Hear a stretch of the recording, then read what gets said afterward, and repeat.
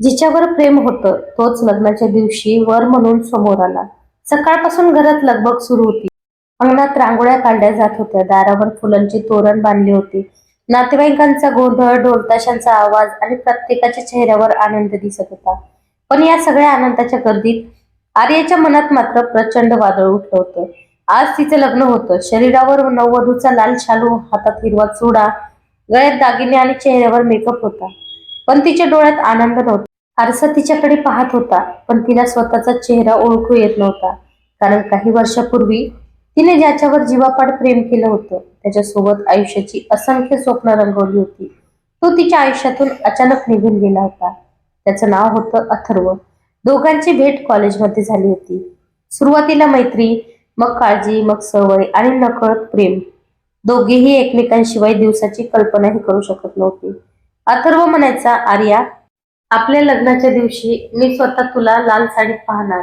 आणि ती हसत म्हणायची, माझ्या कपाळावरचं कुंकू फक्त तुझ्या हातानेच लागेल. पण नशिबाला ते मान्य नव्हतं. अथर्वच्या वडिलांचा अचानक व्यवसाय कोसळला. घरावर कर्ज आलं. तो कोणालाही काही न सांगता शहर सोडून गेला. आर्याने अनेकदा संपर्क करण्याचा प्रयत्न केला, पण त्याचा फोन बंद होता. पत्ता बदललेला आणि कोणालाही त्याच्याबद्दल माहिती नव्हती. दिवस गेले, महिने गेले, वर्ष गेली. आर्या वाट पाहत राहिली. पण एक दिवस तिच्या वडिलांनी तिच्यासमोर लग्नाचा विषय काढला. त्यांनी सांगितलं, मुलगा खूप चांगला आहे, शिक्षित आहे, सुस्वभावी आहे, तुला आयुष्यभर सुखात ठेवेल. आर्याने मन मारून होकार दिला. तिला वाटलं, अथर्व आता कधीच परत येणार नाही. आज तोच दिवस उगवला होता. लग्नाचा मुहूर्त जवळ येत होता. बाहेर पाहुण्यांची गर्दी वाढत होती. आत तिच्या मनात आठवणींचा पूर वाहत होता. तेवढ्यात तिची मैत्रीण धावत आली आणि म्हणाली, आर्या, वरात आली. आर्याचं हृदय जोरात धडधडू लागलं. तिने डोळे मिटले. मनात एकच प्रार्थना केली, देवा, आता आणखी कसली परीक्षा घेऊ नकोस. काही वेळाने तिला मंडपात नेण्यात आलं. अंतरपाठ उभा राहिला. भटजी मंत्र म्हणत होते. सगळ्यांचे डोळे नवरी नवरदेवाकडे होते. आर्याचे हात थरथरत होते. शुभमंगल सावधान असा आवाज झाला आणि अंतरपाठ खाली झाला. आर्याने समोर पाहिलं आणि तिचा श्वास एका क्षणासाठी थांबला. तिच्या डोळ्यात आश्चर्य, वेदना, राग आणि प्रेम एकाच वेळी दाटून आलं. समोर उभा होता अथर्व. तोच चेहरा, तेच डोळे, तेच हसू. फक्त काळाने त्याला अधिक परिपक्व केलं होतं. दोघांचे डोळे एकमेकांवर खिळले. आजूबाजूचा गोंधळ, मंत्र, लोकांचा आवाज, सगळं जणू थांबून गेलं. आर्याच्या डोळ्यातून अश्रू ओघळले. अथर्वच्या डोळ्यातही पाणी आलं. पण दोघेही शांत उभे होते. कुणाला समजत नव्हतं की या दोघांच्या नजरेत एवढं काय चाललं आहे. काही क्षणांनी अथर्वने हलक्या आवाजात म्हटलं, माफ कर आर्या, पण मी दिलेलं वचन विसरलो नव्हतो. फक्त ते पूर्ण करायला उशीर झाला.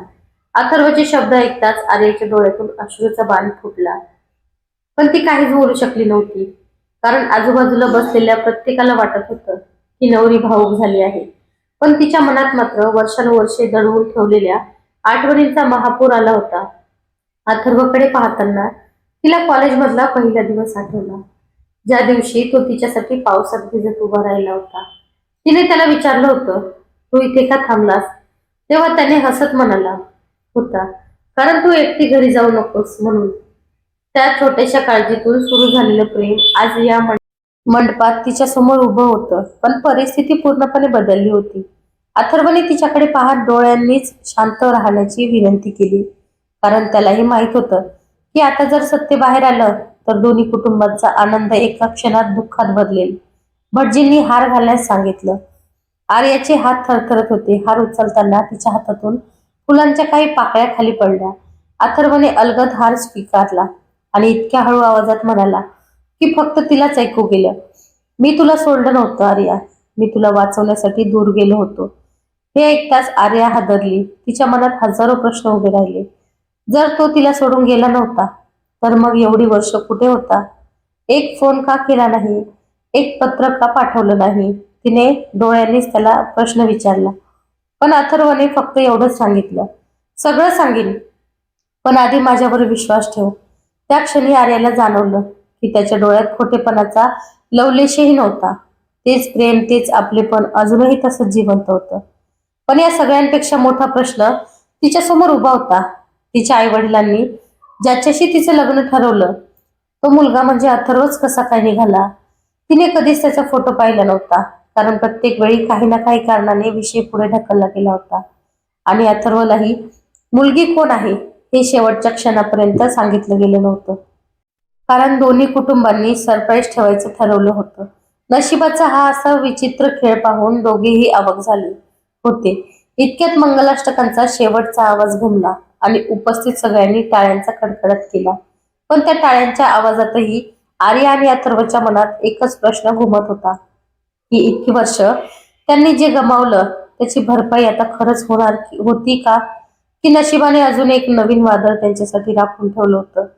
आर्याच्या मनात प्रश्नाचं वादळ उसळत होतं, पण विधी थांबवणं कोणाच्याही हातात नव्हतं. म्हणून ती शांत बसली. अथर्वने तिच्याकडे पुन्हा एकदा पाहिलं आणि त्याच्या डोळ्यात एक वेदना स्पष्ट दिसत होती, जी इतकी वर्षे त्याने एकट्याने सहन केली होती. सप्तपदी सुरू झाली तसं दोघेही एकमेकांच्या मागे चालू लागले, पण प्रत्येक पावलागणित त्यांच्या भूतकाळाच्या आठवणी अधिक जिवंत होत होत्या. 7वं पाऊल पूर्ण होताच लग्न संपल्याची घोषणा झाली आणि उपस्थितांनी आनंदाने टाळ्या वाजवल्या. आर्याच्या आईने दोघांचं औक्षण केलं, तर अथर्वच्या आईच्या डोळ्यात आनंदाश्रू होते, कारण तिला अजूनही हे माहीत नव्हतं की तिचा मुलगा आणि सून एकमेकांवर आधीपासून प्रेम करत होते. थोड्याच वेळात दोघांना काही क्षणासाठी एकांत मिळाला. तेव्हा आर्याने स्वतःला आवरू न शकता रागाने विचारलं, तू मला एकदाही का शोधलं नाहीस? माझी अवस्था कधी जाणून घेण्याचा प्रयत्न का केला नाही? अथर्वने खोल श्वास घेतला आणि म्हणाला, मी प्रत्येक दिवशी तुझी आठवण काढली, पण माझ्या वडिलांवर कोट्यावधीचं कर्ज होतं. सावकारांनी मला धमकी दिली होती की जर मी तुझ्याशी संपर्क ठेवला तर ते तुझ्या कुटुंबालाही त्रास देतील. म्हणून मी स्वतःहून तुझ्यापासून दूर गेलो. मी दिवसरात्र काम केलं, कर्ज फेडलं आणि सगळं सुरळीत झाल्यावर तुझा शोध घ्यायला सुरुवात केली. पण तू जिथे राहत होतीस तिथून तुमचं कुटुंब दुसरीकडे गेलं होतं. तुझा नंबर बदलला होता आणि कोणाकडेच तुझी माहिती नव्हती. काही महिन्यापूर्वी आईने माझ्यासाठी मुलगी पाहिली. मी तिचा फोटो पाहण्यास नकार दिला, कारण मला वाटलं आयुष्यभर तुझ्याच आठवणीमध्ये जगायचं आहे. पण आईच्या आग्रहाखातर लग्नाला होकार दिला.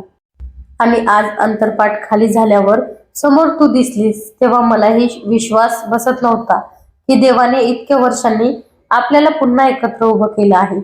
हे ऐकताच आर्याच्या डोळ्यातून अश्रू वाहू लागले. तिचा राग एका क्षणात विरघळला, पण तिच्या मनात अजूनही एक प्रश्न जिवंत होता की जर नियतीने त्यांना पुन्हा एकत्र आणलं असेल तर इतकी वर्ष वेगळं ठेवण्यामागचं कारण नेमकं काय होतं? आणि त्या प्रश्नाचं उत्तर तिला लवकरच अशा प्रकारे मिळणार होतं, ज्यामुळे दोघांच्याही आयुष्याचा प्रवास कायमचा बदलून जाणार होता. तर कशी वाटली